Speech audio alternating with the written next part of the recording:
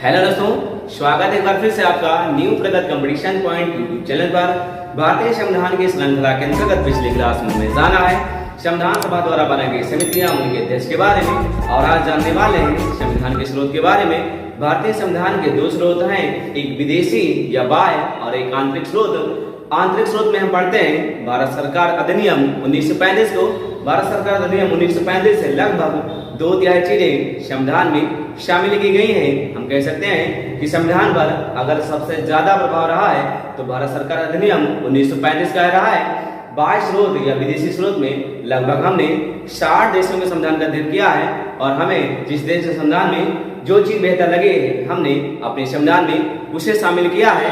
बहुत सारे आलोचक कहते हैं कि भारतीय संविधान के निर्माण में इतना समय जो लगाया गया है वह एकमात्र समय की बर्बादी है, इसके सिवाय कुछ नहीं। उनके कहने का मतलब ये है कि जब हमने दूसरे देश के संविधान से चीजें कॉपी की है तो आखिर इतना समय लगाया ही क्यों गया है। बहुत सारे आलोचक कहते हैं कि भारतीय संविधान तो उधारों का थैला है, हमने झोला उठाया और दूसरे देश के संविधान से जो चीजें बेहतर लगी हमने झोले में रखा और अपने देश के संविधान का निर्माण कर दिया। तो क्या ये कहना उचित है? हम समझते हैं, हम जानते हैं कि हमने मौलिक अधिकार को अमेरिका के संविधान से लिया है, तो क्या जो मौलिक अधिकार अमेरिका के नागरिक को मिले हैं वही मौलिक अधिकार भारतीय नागरिकों को मिले हैं? तो ऐसा कहना गलत है, क्योंकि हमने मौलिक अधिकार को अमेरिका से जरूर लिया है, लेकिन भारत जो एक ऐसा देश जहां पर बहुत सारी विविधताएं पाई जाती हैं, तो क्या वही मौलिक अधिकार हमने अमेरिका वाले वही मौलिक अधिकार भारत में लागू किए हैं? तो ऐसा कहना गलत है। हमने मौलिक अधिकार वहां जरूर लिए हैं, लेकिन हमने वही मौलिक अधिकार अमेरिका वाले भारत में नहीं रखे हैं, हमने उसमें संशोधन किया है। तो हम कह सकते हैं कि मौलिक अधिकार रखने की प्रेरणा हमने अमेरिका से ली है, ना कि हमने वही मौलिक अधिकार अपने संविधान में रखे हैं। तो ये सारी बातें आलोचक द्वारा कही जाती हैं। तो चलिए देखते हैं कुछ प्रमुख देश जहां से एग्जाम में आपके बहुत सारे। तो चलिए शुरू करते हैं आज की क्लास। हम यहाँ सबसे पहले देखते हैं, सबसे पहले आंतरिक स्रोत। आंतरिक स्रोत में हमने आपको बताया है कि हम यहाँ पढ़ते हैं भारत सरकार अधिनियम 1935 को हमने यहाँ से लिया गया है।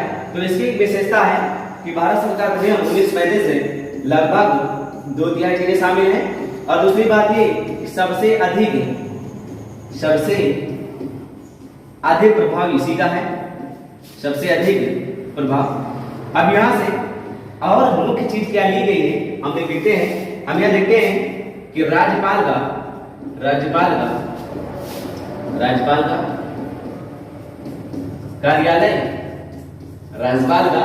कार्यालय, इसके अतिरिक्त संलोक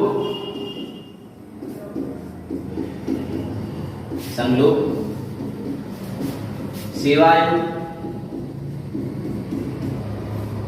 और अगला लिखते हैं प्रशासनिक विवरण। ये कुछ प्रमुख बातें जो हमने भारत सरकार अधिनियम 1935 से ग्रहण की हैं। हम अगला देखेंगे बाह्य स्रोत।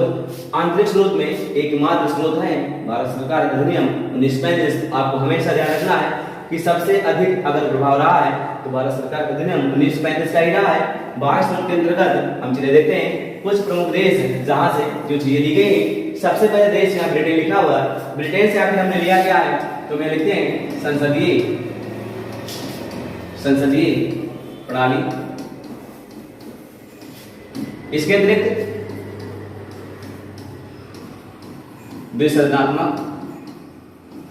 द्विसदनात्मक व्यवस्था, जैसा आज हमें देखने को मिलता है लोकसभा व राज्यसभा से।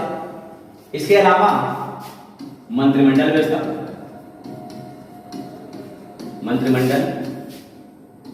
व्यवस्था। अगला विधि निर्माण प्रक्रिया।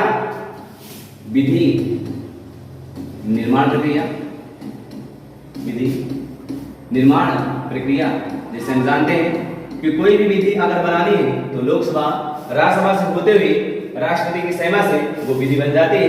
तो विधि निर्माण प्रक्रिया हमने ब्रिटेन से ग्रहण की है। नागरिकता जो भारत की एकल या इकहरी नागरिकता हमने ब्रिटेन से ग्रहण किए हैं। अगला विधि का शासन, विधि का शासन भी हमने ब्रिटेन के संविधान से लिया है। तो ये कुछ प्रमुख बातें हैं जो हमने ब्रिटेन से लिए हैं। हम यहाँ थोड़ा पर ध्यान देंगे तो लगभग जो संसद वाली जितनी व्यवस्थाएं हैं हमने ब्रिटेन से ग्रहण किए हैं। अगला देश देखते हैं। अगला देश यहाँ अमेरिका लिखा हुआ है। आखिर अमेरिका से हमने क्या लिया है? जो सबसे ज्यादा बार एग्जाम में पूछा गया है वह है मौलिक अधिकार जिनकी संख्या वर्तमान में 6 है। मौलिक अधिकार हमने अमेरिका से लिया है और अमेरिका में मौलिक अधिकार को बिल ऑफ राइट्स कहा जाता है। इसके अलावा महाभियोग प्रक्रिया, महाभियोग या फिर इम्पीचमेंट। महाभियोग का अर्थ है, महाभियोग एक ऐसी प्रक्रिया है जिसके आधार पर देश के राष्ट्रपति को पद से हटाया जा सकता है। ये प्रक्रिया संसद में चलाई जाती है। अगला लिखते हैं सर्वोच्च न्यायालय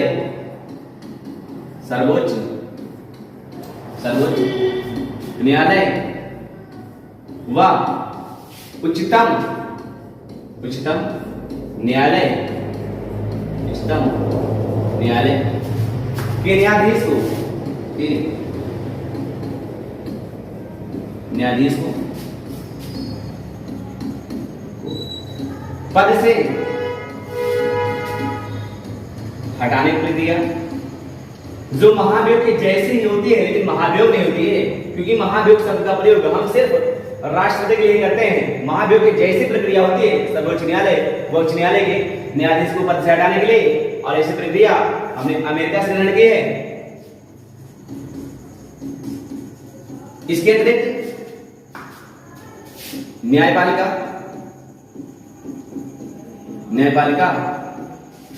की स्वतंत्रता,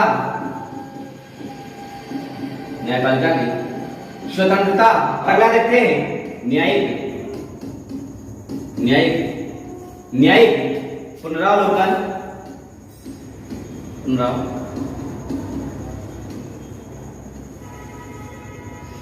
अच्छे दो शब्द आए हैं, एक शब्द है न्यायपालिका की स्वतंत्रता और एक शब्द है न्याय पुनरावलोकन। हमें थोड़ा समझते हैं कि जो न्यायपालिका है, न्यायपालिका कार्य न्याय करना है और न्यायपालिका का कार्य न्याय करना है और न्यायाधीश करते हैं। लेकिन जो न्यायाधीश हैं इनको जो हटाने की प्रक्रिया है ये संसद में लाई जाती है। मतलब यहाँ विधायी शक्ति और न्यायपालिका मतलब ये कि विधायी शक्ति व न्यायपालिका शक्ति के बीच कहीं न कहीं स्पष्ट विभाजन नहीं है, जबकि अमेरिका के संविधान में न्यायपालिका व विधायिका का स्पष्ट विभाजन देखने को मिलता है। क्योंकि हम यहाँ देखते हैं कि न्यायपालिका में न्यायाधीश करते हैं और जो उनको हटाने की प्रक्रिया लाई जाती है वो संसद में लाई जाती है। और अगला शब्द हमने यहाँ लिखा है न्यायिक पुनरावलोकन। आखिर न्यायिक पुनरावलोकन क्या है? तो यहाँ कहते हैं विधि बनाने का अधिकार संसद को दिया गया है, क्योंकि संसद ऐसा कोई कानून बना सकती है जो संविधान के अनुरूप ना हो। तो ऐसा कहना गलत है, क्योंकि संसद जब भी कोई कानून बनाएगी वो हमेशा संविधान को ध्यान में रख के ही बनाएगी। अगर ऐसा कोई कानून बनाया जाता है जो संविधान को फॉलो न करता हो, संविधान के संगत हो, तो सर्वोच्च न्यायालय उसको जब चाहे शून्य घोषित कर सकता है। ये पावर दी गई है आपकी सर्वोच्च न्यायालय को। तो हमने न्यायिक पुनरावलोकन जैसी व्यवस्था अमेरिका के संविधान से दी है। तो ये कितनी अच्छी व्यवस्था है जो हमने अमेरिका से अडॉप्ट की है, वरना आपकी जो संसद है अपनी मनमानी कर लेते हैं। आगे देखते हैं कुछ और प्रमुख देश। यहाँ हमने लिखा है आयरलैंड। आखिर हमने आयरलैंड से क्या लिया है? जो सबसे ज्यादा बार एग्जाम में पूछा गया है यही आयरलैंड वाला क्वेश्चन पूछा गया है और हमने लिया है। यहाँ क्या है? तो राज्य के नीति निर्देशक सिद्धांत, राज्य के नीति निर्देशक सिद्धांत, जिनको हम DPSP कहते हैं, डायरेक्टिव प्रिंसिपल स्टेट पॉलिसी। इसके अलावा राज्यसभा में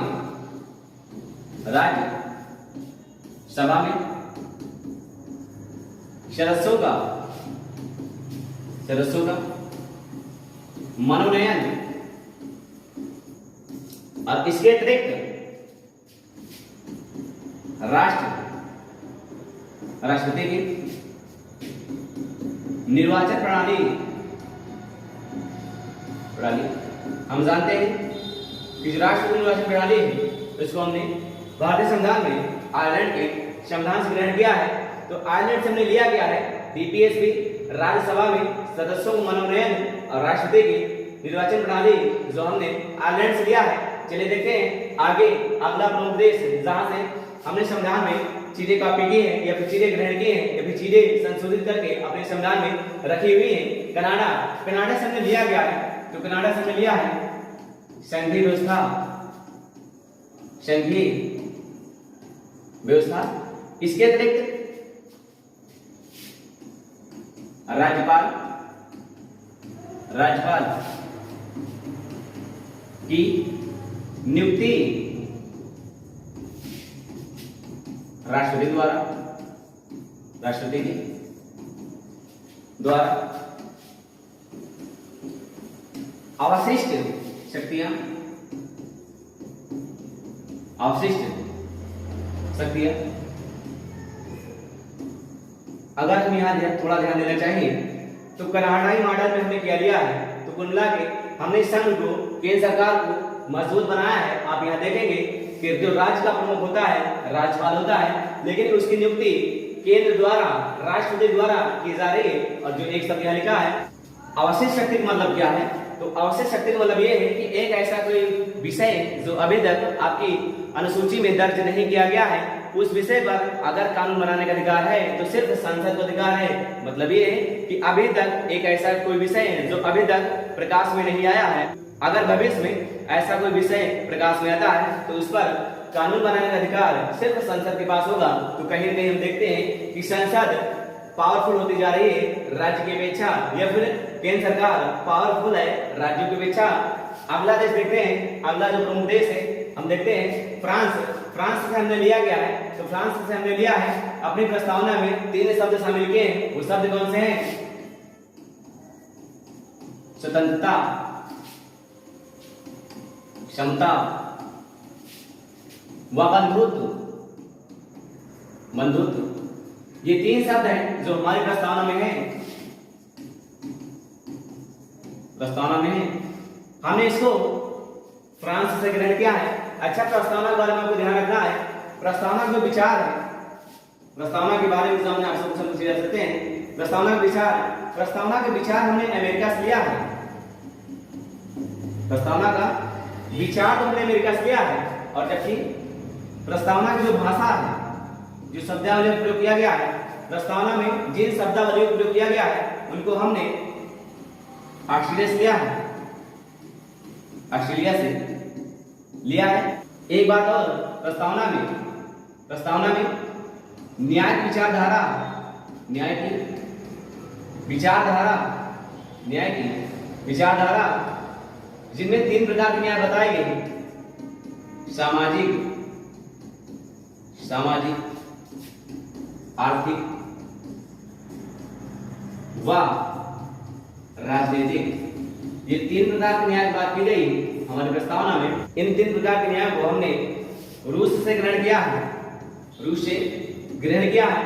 और प्रस्तावना में स्वतंत्रता, क्षमता व बंधुत्व के जो आदर्श हैं हमने फ्रांस से ग्रहण किया है। प्रस्तावना के बारे में आपको ध्यान रखना है, प्रस्तावना के विचार अमेरिका से और उसकी भाषा ऑस्ट्रेलिया से। प्रस्तावना में जिन न्याय की बात की गई, सामाजिक, आर्थिक, राजनीतिक, उसको हमने रूस से लिया है। प्रस्तावना में जो आपकी स्वतंत्रता, समता व बंधुत्व की बातें हैं वो हमने फ्रांस से ग्रहण किए हैं। तो चलिए देखते हैं कुछ और प्रमुख देश जहां से भारतीय संविधान में चीजें ग्रहण की है। यह हमने लिखा है ऑस्ट्रेलिया। आखिर ऑस्ट्रेलिया से हमने लिया क्या है, तो ऑस्ट्रेलिया से हमने लिया है समवर्ती सूची, समवर्ती,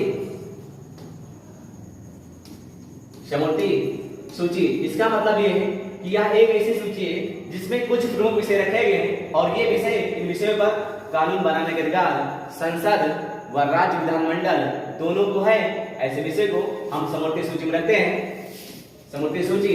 इसके अतिरिक्त संयुक्त बैठक, इसके अतिरिक्त संयुक्त बैठक, संयुक्त बैठक, ज्वाइंट सेशन जो राष्ट्रपति बुलाता है किसी विशेष परिस्थिति में, और ऐसा अब तक 3 बार किया जा चुका है, 3 बार जिसमें लोकसभा व राज्यसभा के बीच मतभेद होने पर हम एक साथ उनको बुलाते हैं और इसकी अध्यक्षता लोकसभा अध्यक्ष करता है, जबकि बुलाता राष्ट्रपति है। और अगला देश देखते हैं अफ्रीका। आखिर हमने यहाँ से क्या लिया है, तो हमने यहाँ से लिया है संविधान संशोधन, संविधान संशोधन, संविधान संशोधन जो अनुच्छेद 368 के अंतर्गत रखा गया है। आगे देखते हैं जो अगला देश है, अगला देश जर्मनी। अगर जर्मनी से हमने क्या लिया है, तो हमने यहां से लिया है मौलिक अधिकार, मौलिक अधिकार, मौलिक अधिकार, अधिकार का निलंबन, का निलंबन आपातकाल के दौरान, आपातकाल, आपातकाल के दौरान हम जानते हैं कि जब भी देश पर अनुच्छेद 352 राष्ट्रीय आपातकाल लगता है, तो उसके अंतर्गत हम देखते हैं कि भारतीय नागरिकों के मौलिक अधिकार को समाप्त कर दिया जाता है। हम यहाँ जानते हैं कि जर्मनी एक ऐसा देश है जहाँ पर हिटलर की तानाशाही चलती थी। हिटलर ने कई बार ऐसी परिस्थितियां देश के अंदर पैदा की थी जिसके अंतर्गत लोगों के मौलिक अधिकार को छीन लिया गया था। और अगला देश देखते हैं जर्मनी के बाद अगला देश है या रूस लिया है। रूस है, हमने आपको पहले बता दिया है रूस है जो आपके प्रस्तावना में 3 प्रकार के न्याय है, सामाजिक, सामाजिक, राजनीतिक व आर्थिक, ये 3 न्याय हैं। इन तीनों न्याय के बाद हमने प्रस्तावना में किए, जिसको हमने आपको पहले ही बता दिया है। तो रूस से हमने और क्या लिया है, तो रूस से जो सबसे ज्यादा बार एग्जाम में पूछा गया है वो है मौलिक, मौलिक कर्तव्य। और इससे अतिरिक्त अगर हम देखना चाहें तो हम देखते हैं पंचवर्षीय, पंचवर्षीय योजना, जिनको हम कहते हैं 5 ईयर प्लान। तो मौलिक कर्तव्य जो एग्जाम में बहुत बार पूछा गया है, इनकी संख्या वर्तमान में 11 है। और मौलिक कर्तव्य जब संविधान निर्माण हुआ था तो उस समय मौलिक कर्तव्य की संख्या 0 थी। मौलिक कर्तव्य संविधान में जोड़े गए 1976 में। इसके लिए एक समिति का गठन किया गया था, सरदार स्वर्ण सिंह। आगे देखते हैं हमने जापान से लिया क्या है, जो जापान से हमने लिया है विधि द्वारा, विधि द्वारा स्थापित प्रक्रिया, प्रक्रिया। तो आज हमने देखा संविधान सभा के स्रोत के बारे में। हम उम्मीद करते हैं कि आपको मेरी वीडियो अच्छी जरूर लग रही होगी। अगर आप चैनल पर नए हैं तो चैनल को जरूर सब्सक्राइब कर लें और बेल आइकन तो पक्का प्रेस करके रख लें। चलिए मिलते हैं फिर से एक और बेहतर क्लास में। जब तक के लिए जय हिंद।